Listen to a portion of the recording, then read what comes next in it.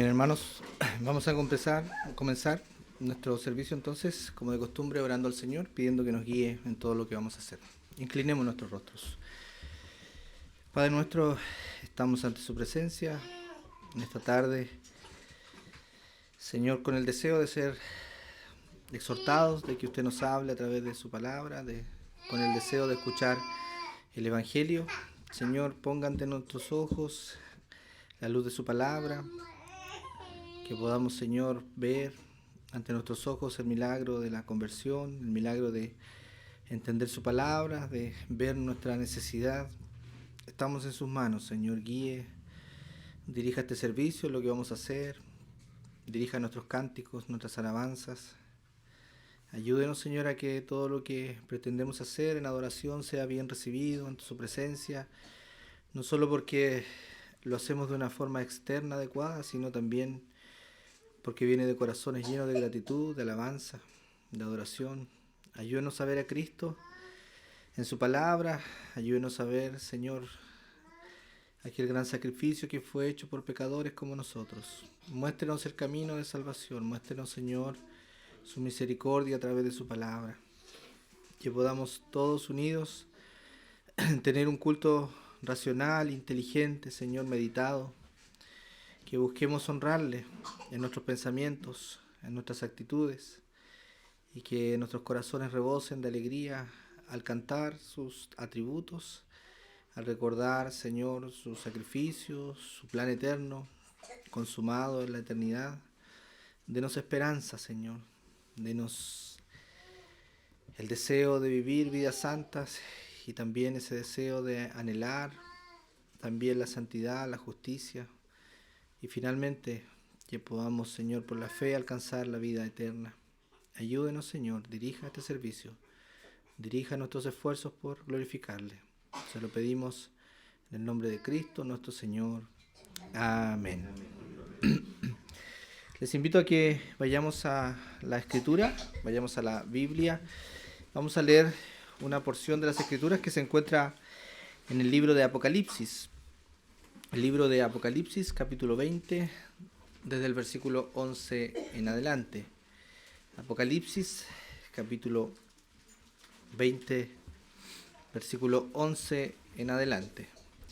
Dice así la palabra del Señor. Y vi un gran trono blanco, y el que estaba sentado en él, de delante del cual huyeron la tierra y el cielo, y ningún lugar se encontró para ellos. Y vi a los muertos grandes y pequeños, de pie ante Dios, y los libros fueron abiertos, y otro libro fue abierto, el cual es el libro de la vida. Y fueron juzgados los muertos por las cosas que estaban escritas en los libros según sus obras.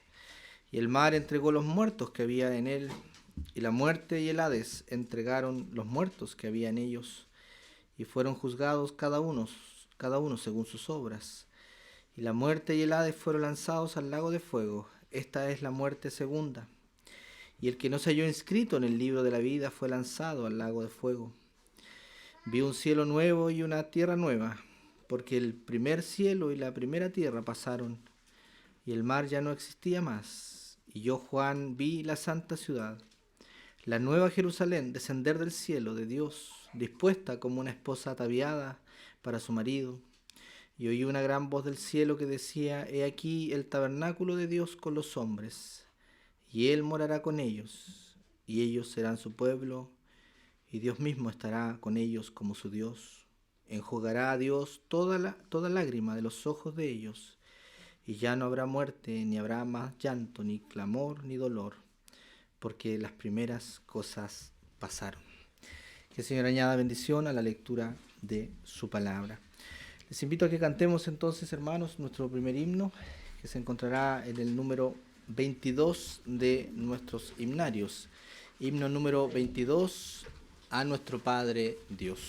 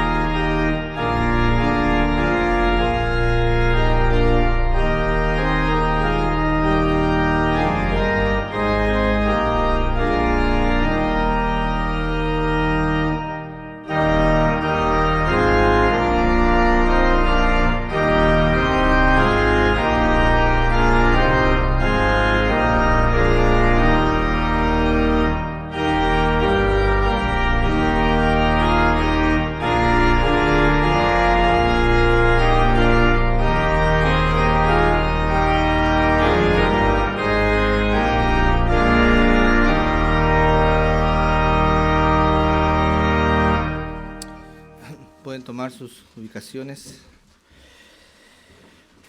Les voy a invitar a todos a orar nuevamente al Señor. Vamos a orar porque el Señor nos pueda bendecir en este día con su palabra, específicamente con el mensaje de salvación que será predicado. Siempre cuando predicamos el Evangelio en este culto de la tarde ponemos la intención o la idea, ¿cierto? La esperanza más bien, en que todos los que escuchan esta palabra puedan meditar en ella y el Señor en su gracia a través de estas sencillas palabras pueda traerles vida y convicción, puedan ver la necesidad de su pecado y puedan ver en Cristo aquel remedio divino que ha sido preparado para todos aquellos que creen y se arrepienten. Vamos a orar al Señor en esta dirección. Les voy a pedir que inclinemos nuestros rostros al Señor y clamemos porque Él puede usar este mensaje de salvación. Oremos al Señor. Padre nuestro, nuevamente venimos ante el trono de la gracia a buscar socorro, ayuda, consuelo para nuestras necesidades. Señor, venimos en el nombre de Cristo, nuestro mediador. Venimos por sus méritos, por sus obras, por su persona, lo que Él ha hecho. Y entramos con confianza ante el trono de la gracia para encontrar ayuda, Señor. Queremos pedirle que usted pueda ayudarnos en esta tarde. Hemos abierto este servicio orando, cantando, leyendo su palabra, pero sabemos que todos nuestros esfuerzos serían infructuosos si usted no opera a través de su espíritu en los corazones de aquellos que escuchan el mensaje. Ayúdenos, Señor, a que podamos ver conversiones. Ponga esta palabra que será explicada a las conciencias de aquellos que escuchan. Que quizás alguno ha escuchado más de alguna vez el Evangelio, Señor, pero que gota a gota, paso a paso, pueda ser abierto en los ojos del entendimiento, pueda ser quitada la venda que teníamos todos, Señor, antes de llegar a su presencia y podamos entonces meditar en las bendiciones ofrecidas de lo alto para todo aquel que viene humillado ante el Señor. Recordamos, Señor, nuestra propia vida, nuestros propios corazones. Antes de llegar a su Evangelio, no le buscábamos, Señor, no le amábamos. Queríamos vivir nuestra propia vida, teníamos nuestras propias ideas acerca del mundo, acerca de nosotros mismos. Pero una vez que llegó la palabra, iluminó nuestro entendimiento y nos dimos cuenta, Señor, la necesidad que tenemos de perdón. La necesidad que tenemos de ir a esa fuente de perdón, de misericordia que es Cristo. Ayúdenos, Señor, a que todos podamos ver las bendiciones de lo alto. Las condiciones que son puestas ante nosotros no sean barreras, Señor, para venir. Que si necesitamos arrepentirnos, que si necesitamos creer en Cristo, Señor, lo veamos como una bendición.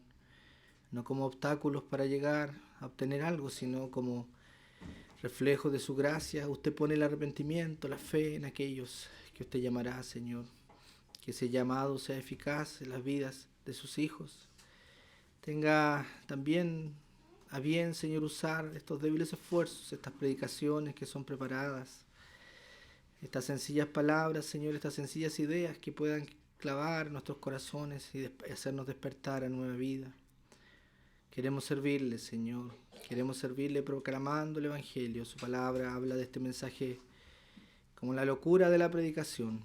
Quizás es locura ante nuestros ojos terrenales, pero sabemos que cuando lo miramos con los ojos del Espíritu y la fe, vemos este mensaje como el precioso tesoro escondido que antes no habíamos tomado en cuenta, pero aquí al darnos cuenta que su gracia nos alcanzó, entonces queremos ir, queremos servirle y amarle por la eternidad.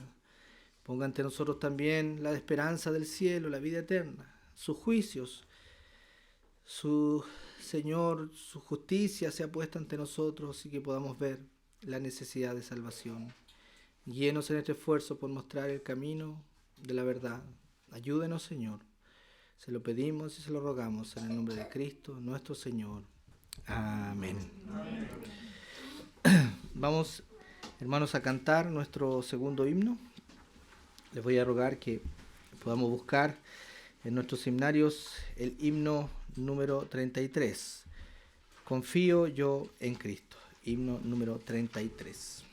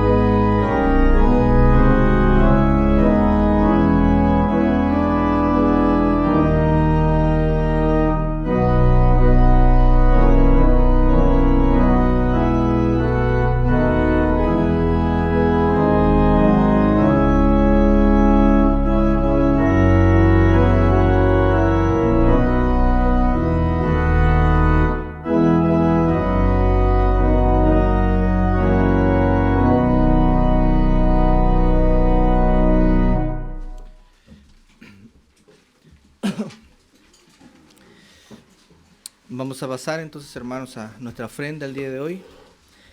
Que el Señor pueda bendecir también nuestros esfuerzos por glorificarle a través de nuestra mayordomía.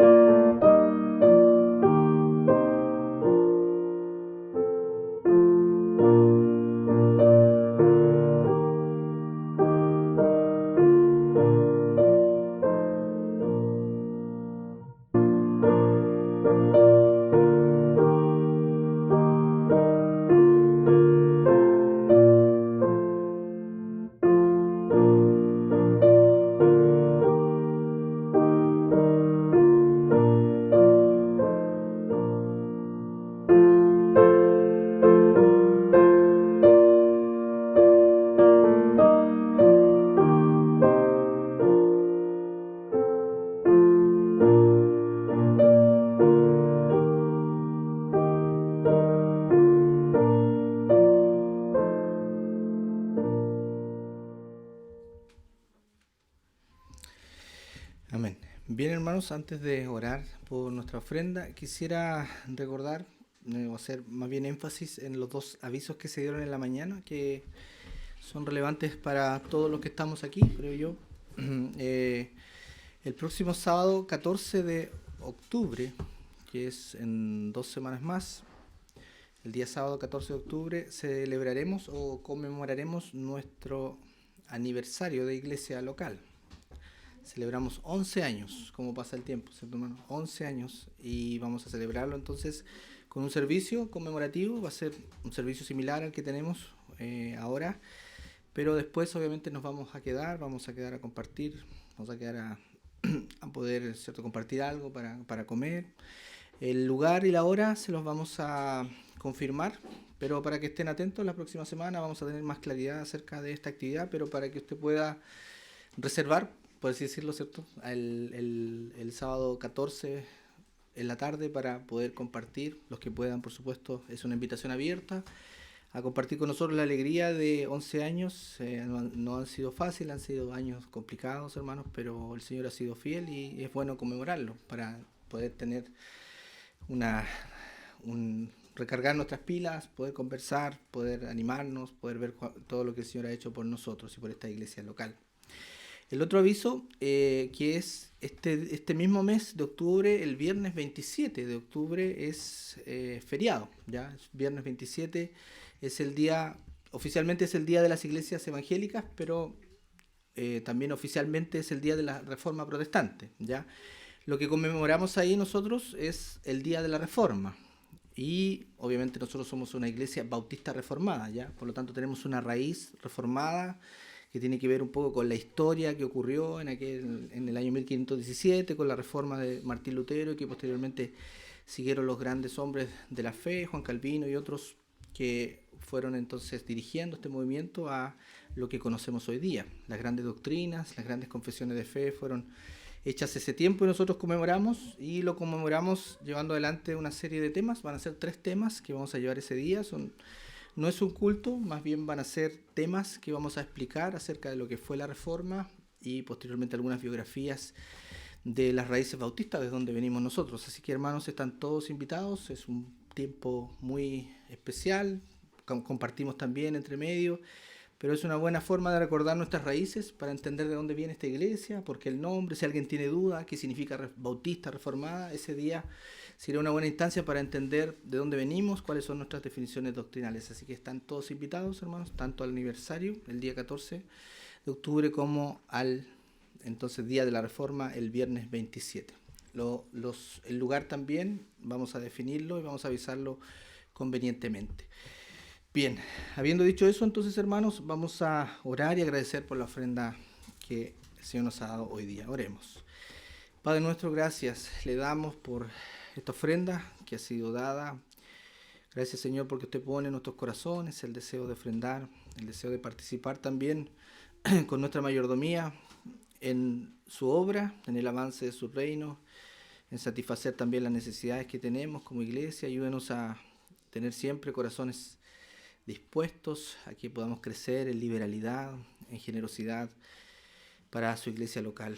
Ayúdenos también como iglesia a que podamos ocupar estos recursos de una manera sabia, prudente, sabiendo que estamos administrando cosas santas, Señor. Guíenos, que podamos llevar adelante aquellas cosas que necesitamos, podamos, Señor, utilizar estos recursos de una manera sabia y prudente.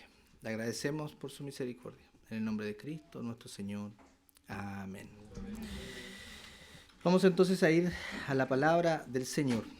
Les invito a que vayamos nuevamente al libro de Apocalipsis.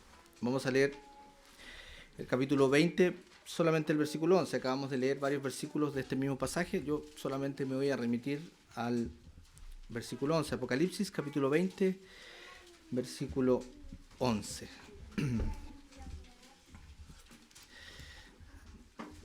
Dice así la palabra del Señor. Y vi un gran trono blanco y al que estaba sentado en él, de delante del cual huyeron la tierra y el cielo, y ningún lugar se encontró para ellos. Voy a leer nuevamente el versículo 11. Y vi un gran trono blanco y al que estaba sentado en él, de delante del cual huyeron la tierra y el cielo, y ningún lugar se encontró para ellos. Oremos brevemente al Señor. Gracias, Padre, por su palabra. Gracias por estar nuevamente ante las Escrituras. Háblenos de este tema, Señor, tan importante que es su día del juicio, en el cual usted llamará a todos los hombres a estar frente a su presencia.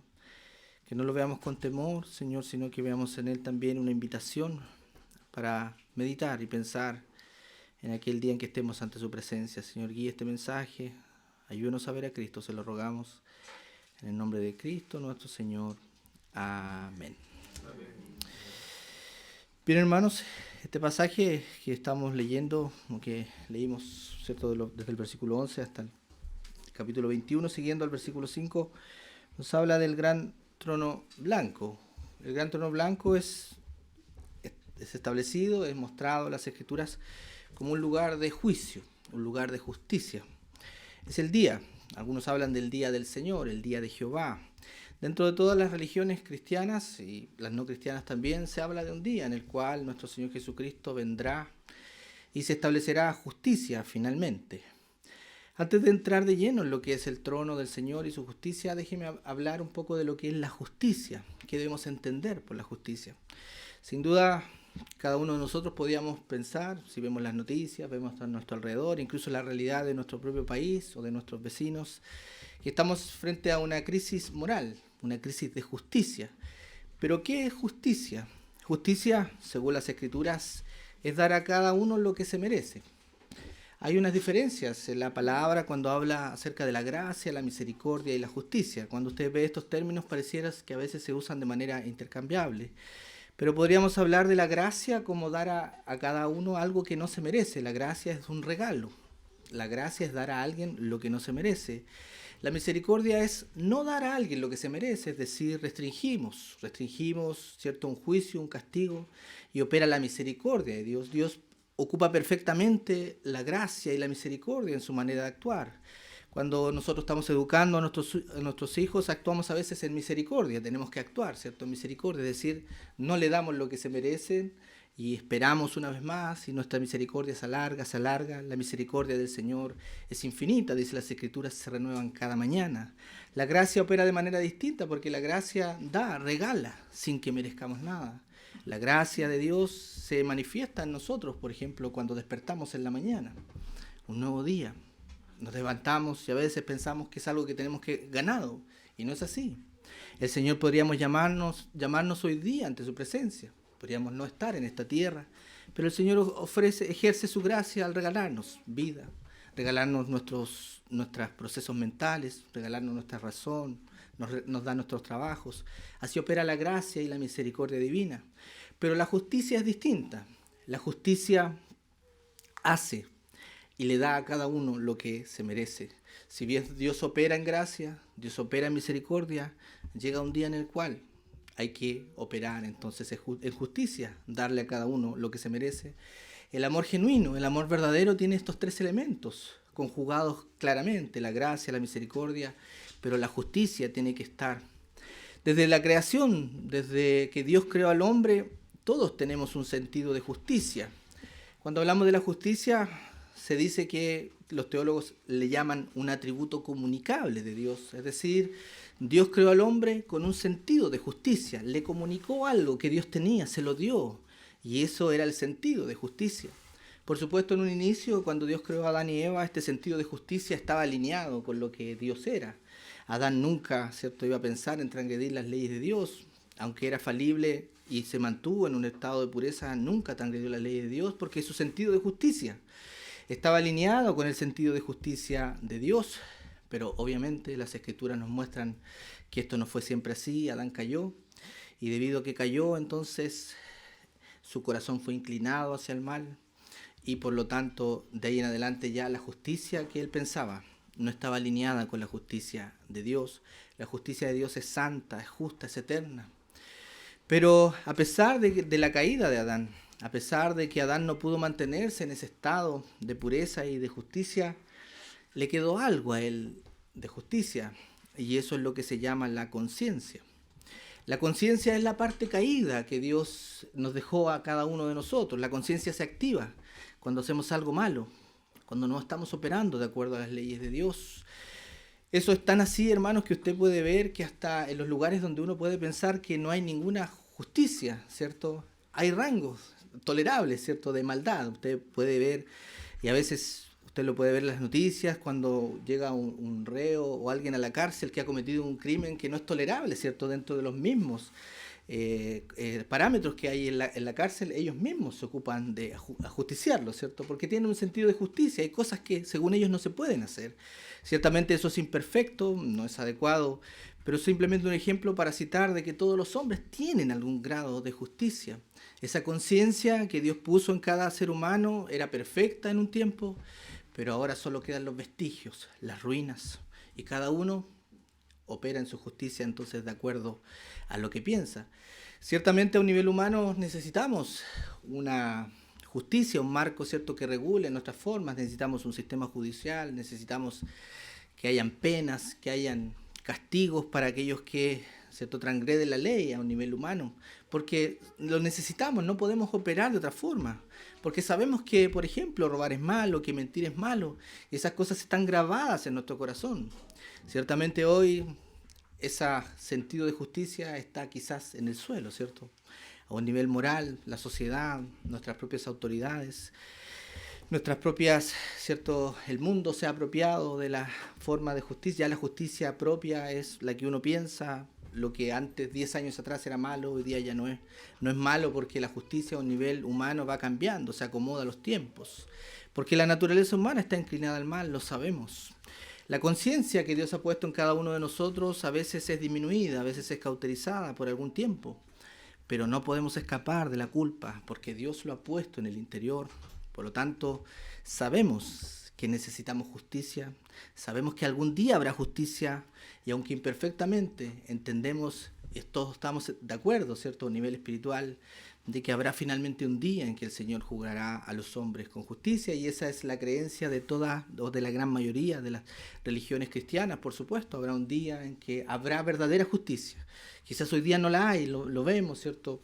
No hay la justicia humana es imperfecta, pero hay un día en el cual se juzgará verdaderamente y todos tendremos que presentarnos frente a un tribunal, que ese es el tribunal de Dios. Y si usted va conmigo nuevamente al libro de Apocalipsis que acabamos de leer en el capítulo 20, versículo 11, es precisamente ese gran trono blanco, el que se nos pone frente a los ojos. El juicio ante el gran trono blanco es el título que tiene en mi Biblia, seguramente la de usted también, y comienza a hablarnos de una visión que tiene un apóstol llamado Juan. El apóstol Juan fue exiliado a una isla que se llamaba de Patmos y él comenzó a escribir el libro de Apocalipsis y el Señor le mostró a través de visiones lo que iba a ocurrir, el futuro, lo que iba a pasar, y eso es lo que nos ha quedado hoy día. Y a él se le mostró un gran juicio, un gran trono blanco. Había alguien sentado en él y delante de él huyeron el cielo y la tierra. Es una expresión, ¿cierto?, de espanto. Es una expresión a veces, ¿cierto?, de temor. Pero lo que ocurre ahí, lo que aparece desde el versículo 12 en adelante, es lo que todos pensamos que debe ocurrir a un nivel intuitivo. Y vi a los muertos grandes y pequeños de pie ante Dios. La justicia que todos anhelamos vendrá quizás como no la esperamos, a través de Dios mismo sentado en su trono y con todos los hombres de pie ante Él para ser juzgados. Tenemos que comprender cómo se llevará a cabo este juicio y hermanos, amigos, visitas, no es mi intención, ¿cierto?, asustar a nadie, sino más bien que esto sea un aliciente, un estímulo para que usted se prepare para ese día, porque debemos estar preparados. Si no estamos apercibidos, si no tomamos en cuenta lo que el Señor dice en su palabra acerca de su gran juicio al final de esta vida, entonces nos pillará por sorpresa y no podremos escapar de los justos juicios de Dios. Es necesario entonces que sepamos cómo será ese día. Es interesante meditar en las palabras que dice el apóstol Juan. Y vi un gran trono blanco. ¿Qué ocurrirá un día cuando estemos quizás en una reunión como esta? Nuestro Señor Jesucristo, en nuestra fe, y es lo que dicen las Escrituras, vendrá, ¿cierto?, junto con sus ángeles a juzgar al mundo. Eso se llama el gran día de la ira del Señor, a veces el gran día de justicia o el día del Señor. Nadie sabe cuándo ocurrirá, ni el día ni la hora.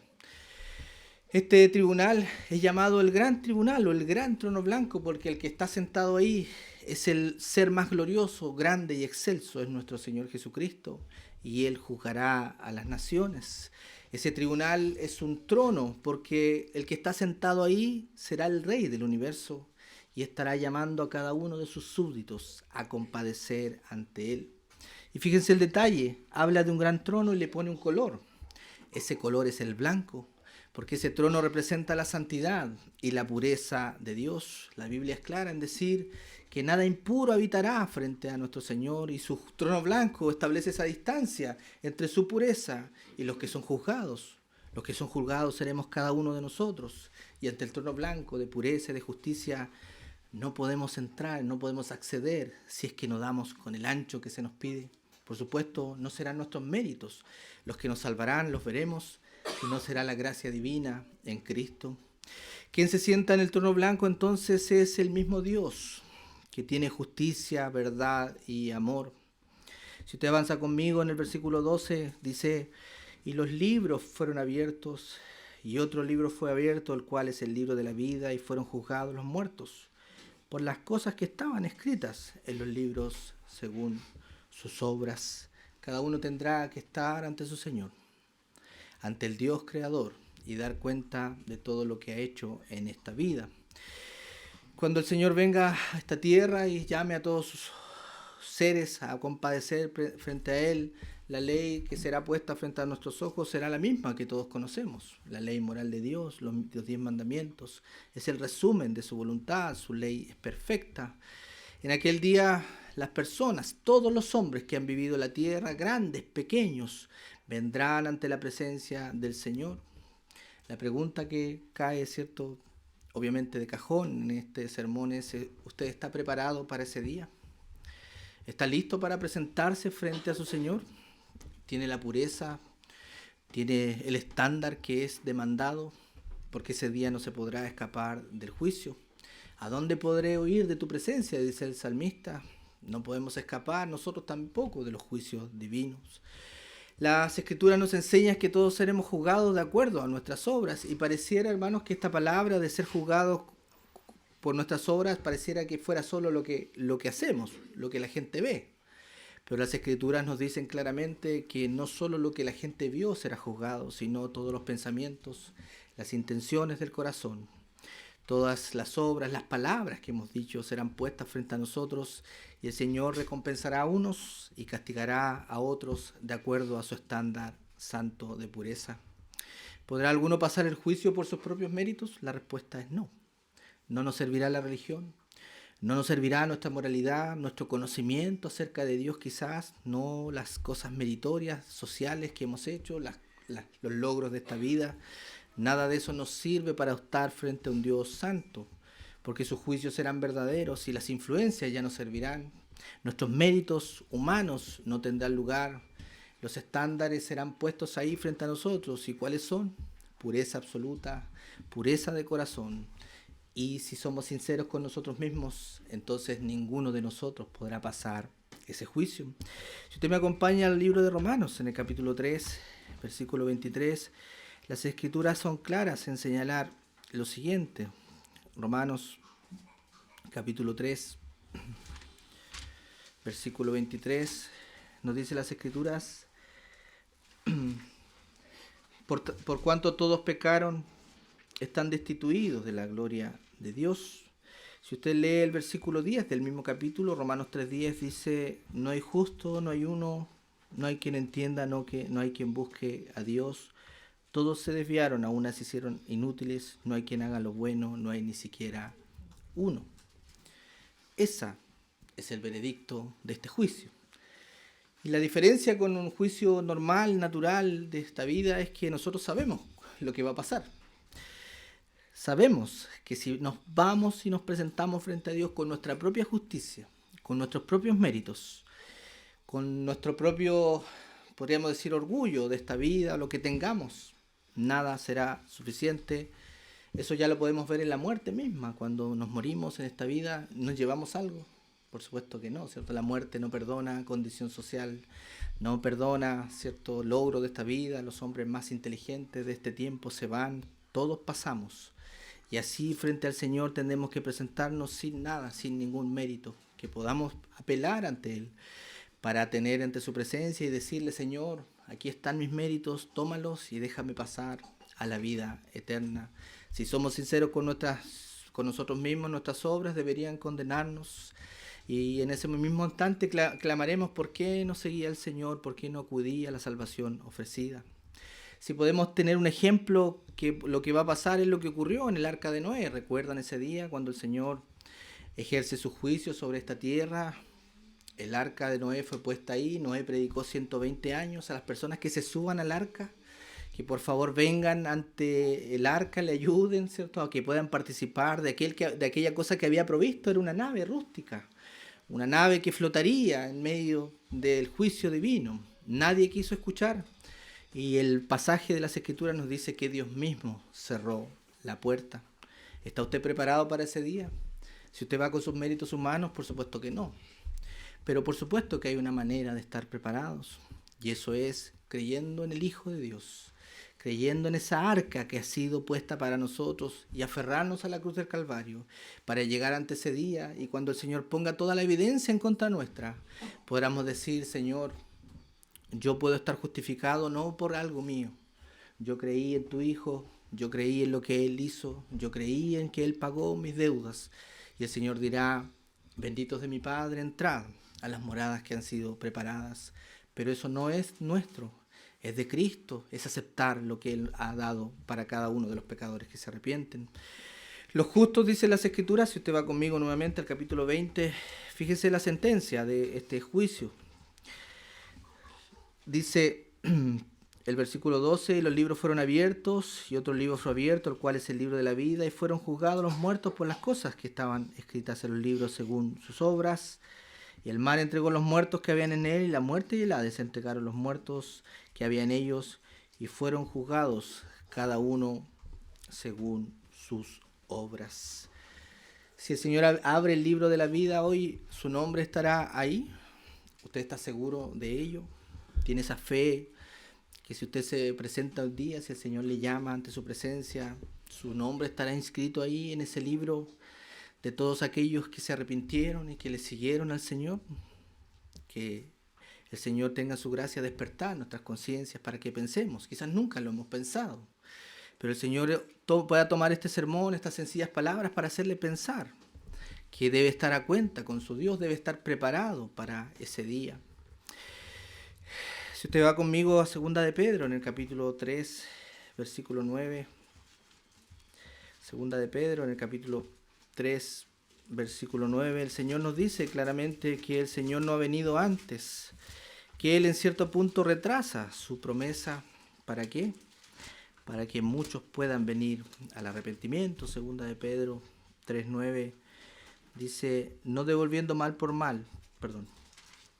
2 de Pedro 3:9 dice, el Señor no retarda su promesa, según algunos la tienen por tardanza, sino que es paciente para con nosotros, no queriendo que ninguno perezca, sino que todos procedan al arrepentimiento.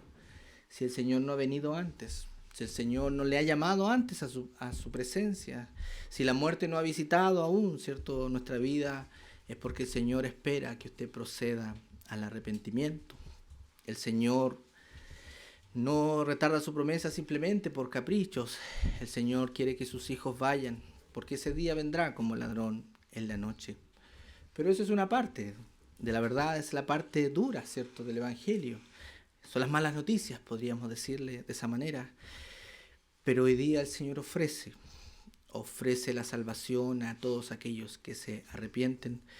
Y quisiera tomar un hecho muy ilustrativo que ocurrió un día en la vida de nuestro Señor Jesucristo. Lucas capítulo 4 nos muestra la vez que el Señor Jesucristo fue a una sinagoga y le pasaron el rollo para que él lea el libro. Era la costumbre de las sinagogas judías que aquel maestro que era más o menos, ¿cierto?, reconocido, tomara el libro y se pusiera a leer un segmento de las Escrituras y lo enseñara. Y Lucas capítulo 4, versículo 19 nos dice que el Señor leyó el libro de Isaías, que era un libro de Isaías, capítulo 61, y él dijo claramente que había venido en este tiempo a proclamar el año agradable del Señor. Si va conmigo ahí a Lucas, en el capítulo 4, versículo 19, el Señor Jesucristo comienza a decir, el Espíritu del Señor está sobre mí, por cuanto me ha ungido para dar buenas nuevas a los pobres. Estoy leyendo el versículo 18. Me ha enviado a sanar a los quebrantados de corazón, a pregonar libertad a los cautivos y vista a los ciegos, a poner libertad a los oprimidos.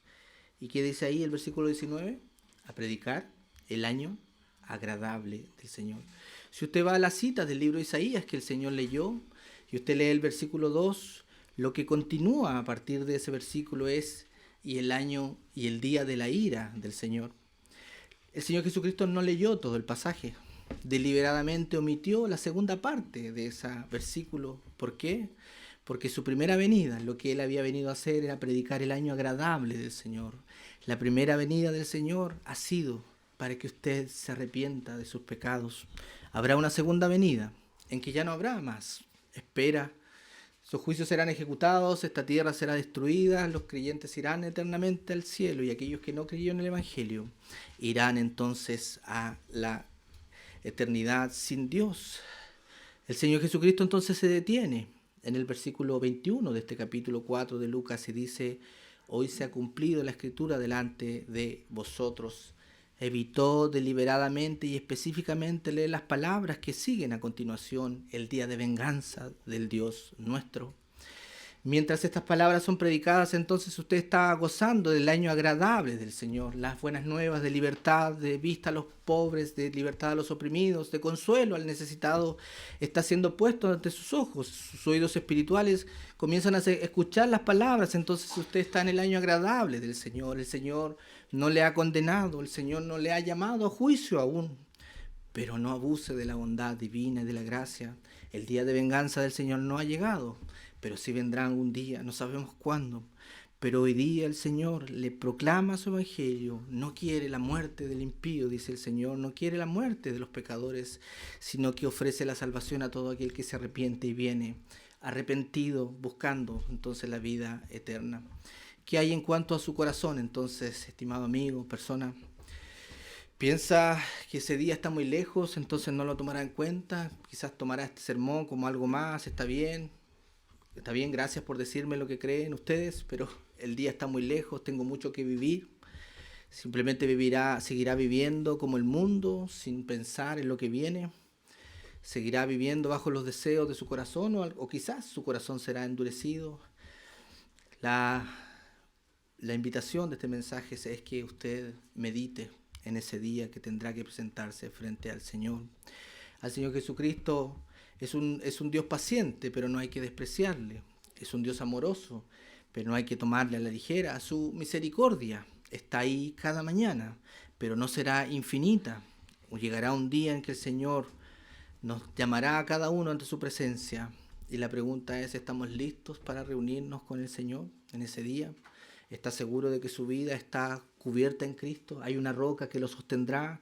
¿Hay alguien que lo justificará cuando usted tenga que presentarse ante un Dios santo y justo? Mi intención, estimados amigos, es que usted pueda pensar y meditar. Cuando esté ante ese gran trono blanco, ¿estará preparado para ello? Quiera en Cristo que así sea, para que el Señor pueda perdonarle de sus pecados. Vamos a orar al Señor y agradecer por su palabra. Padre nuestro, gracias Señor por hacernos meditar, por hacernos pensar en ese día cuando tengamos que presentarnos ante su presencia. Si nos pregunta, Señor, si hay algo bueno en nosotros, claramente tendremos que decir que no, que todo lo bueno, todo aquello que usted ha puesto en nosotros, Señor, no es mérito, es gracia, es misericordia. Y que ese día, cuando venga su justicia, cuando tengamos que presentarnos ante su gloriosa presencia, que no sea nuestra justicia la que llegue, Señor, sino que sea la justicia de Cristo, que Él sea nuestra roca, que sus méritos, que lo que Él ha hecho por pecadores, pueda hacer aquello que nos salve de la condenación eterna. Gracias por ofrecernos una vez más, Señor, la salvación. Gracias por advertirnos del destino de nuestras almas. Gracias por llamarnos la atención a las cosas espirituales. Use esta semilla, Señor, para poder hacerla brotar en los corazones que han escuchado. Se lo pedimos en el nombre de Cristo, nuestro Señor. Amén. Vamos a cantar entonces, hermanos, nuestro himno final, que se encontrará en el número 111 de nuestros himnarios. Himno 111, de quien pagó mi redención.